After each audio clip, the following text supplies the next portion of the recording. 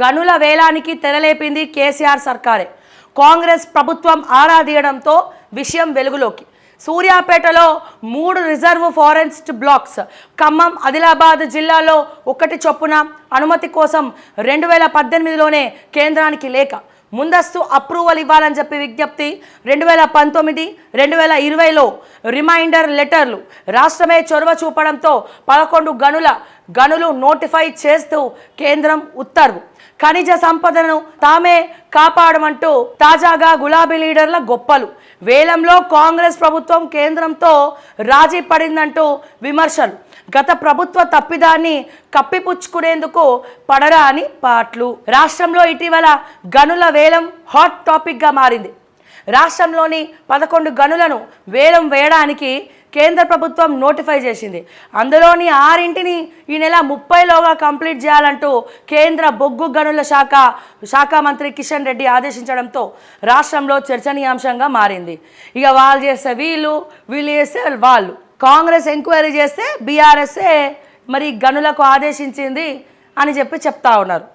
BRS వాళ్ళేమో మాకేం సంబంధం లేదని చెప్తా ఉన్నారు. ఇక బీజేపీ వాళ్ళేమో ఆక్షన్కి రెడీ అయిపోయినరు. ఇదంతా ఒక డ్రామాలా కనబడతలేదా ప్రజలరా మీ అందరికీ? అంటే 3 పార్టీలు కలిసి చేస్తున్నటువంటి డ్రామాలా కనబడుతుందా? మరి తెలంగాణ గనులను కాపాడేది ఎవరు? మరి వీళ్ళ నుండి ఎవరు కాపాడాలా? బీఆర్ఎస్, కాంగ్రెస్ ఎంక్వైరీ చేస్తానట. బీఆర్ఎస్ఏ 5 ఏళ్ల నుంచి గనుల మీద దృష్టి పెట్టి ఆక్షన్కి పిలిచింది, గదిగిదని కబుర్లు చెప్తున్నారు. కాంగ్రెస్ వాళ్ళు, బీజేపీ వాళ్ళు ఇద్దరు కలిసి ఆక్షన్ పెట్టడానికి రెడీ అయిపోయినరు. మరి ఇప్పుడు ఆక్షన్ ఆపాలంటే ఎవరు రావాలి? పైకి వెళ్ళి దేవుడు దిగి రావాలనా? లేకపోతే ఇంకో రాజకీయ పార్టీ ఏమైనా ఉందా తెలంగాణలో? గవి కూడా లేవు. మీరు నమ్ముతున్నారా? ఈ డ్రామాలక్క కనబడుతుందా? ఇవన్నీ కూడా మీరు నమ్ముతున్నారా? నమ్మేటట్టు కనబడుతుందా ఏదన్నా? వేలంలో కాంగ్రెస్ ప్రభుత్వం కేంద్రంతో రాజీ పడిందంటూ విమర్శలు. గత ప్రభుత్వ తప్పిదాన్ని కప్పిపుచ్చేందుకు పడరాని పాటలు వాడుతుర్రు.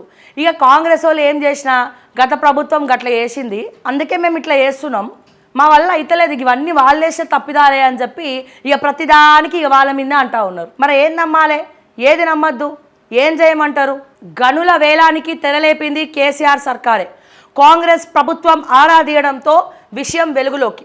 సూర్యాపేటలో 3 reserve forest blocks, Khammam, Adilabad జిల్లాలో 1 చొప్పున అనుమతి కోసం 2018లోనే కేంద్రానికి లేఖ, ముందస్తు అప్రూవల్ ఇవ్వాలని చెప్పి విజ్ఞప్తి. 2019, 2020లో రిమైండర్ లెటర్లు. రాష్ట్రమే చొరవ చూపడంతో 11 గనులు నోటిఫై చేస్తూ కేంద్రం ఉత్తర్వు. ఖనిజ సంపదను తామే కాపాడమంటూ తాజాగా గులాబీ లీడర్ల గొప్పలు. వేలంలో కాంగ్రెస్ ప్రభుత్వం కేంద్రంతో రాజీ పడిందంటూ విమర్శలు. గత ప్రభుత్వ తప్పిదాన్ని కప్పిపుచ్చుకునేందుకు పడరా అని పాట్లు. రాష్ట్రంలో ఇటీవల గనుల వేలం హాట్ టాపిక్గా మారింది. రాష్ట్రంలోని 11 గనులను వేలం వేయడానికి కేంద్ర ప్రభుత్వం నోటిఫై చేసింది. అందులోని 6ని ఈ నెల 30లోగా కంప్లీట్ చేయాలంటూ కేంద్ర బొగ్గు గనుల శాఖ మంత్రి కిషన్ రెడ్డి ఆదేశించడంతో రాష్ట్రంలో చర్చనీయాంశంగా మారింది. ఇక వాళ్ళు చేస్తే వీళ్ళు చేస్తే వాళ్ళు. కాంగ్రెస్ ఎంక్వైరీ చేస్తే బీఆర్ఎస్ఏ మరి గనులకు ఆదేశించింది అని చెప్తా ఉన్నారు. బీఆర్ఎస్ వాళ్ళేమో మాకేం సంబంధం లేదని చెప్తా ఉన్నారు. ఇక బీజేపీ వాళ్ళేమో ఆక్షన్కి రెడీ అయిపోయినరు. ఇదంతా ఒక డ్రామాలా కనబడతలేదా ప్రజలరా మీ అందరికీ? అంటే 3 పార్టీలు కలిసి చేస్తున్నటువంటి డ్రామాలా కనబడుతుందా? మరి తెలంగాణ గనులను కాపాడేది ఎవరు? మరి వీళ్ళ నుండి ఎవరు కాపాడాలా? బీఆర్ఎస్, కాంగ్రెస్ ఎంక్వైరీ చేస్తానట. బీఆర్ఎస్ఏ 5 ఏళ్ల నుంచి గనుల మీద దృష్టి పెట్టి ఆక్షన్కి పిలిచింది, గదిగిదని కబుర్లు చెప్తున్నారు.